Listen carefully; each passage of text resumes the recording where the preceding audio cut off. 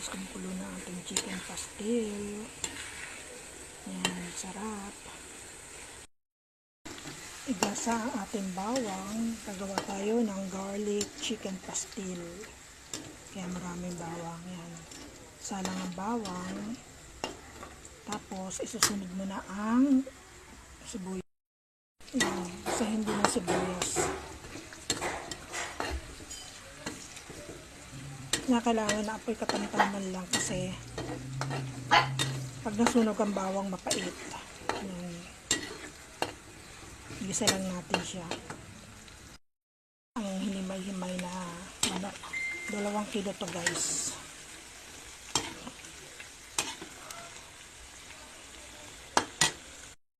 Ang toyo.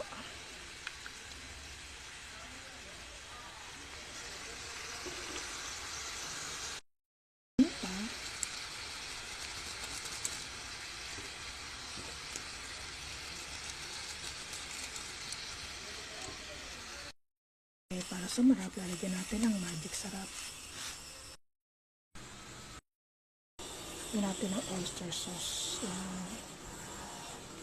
Yan ang pangkasarap.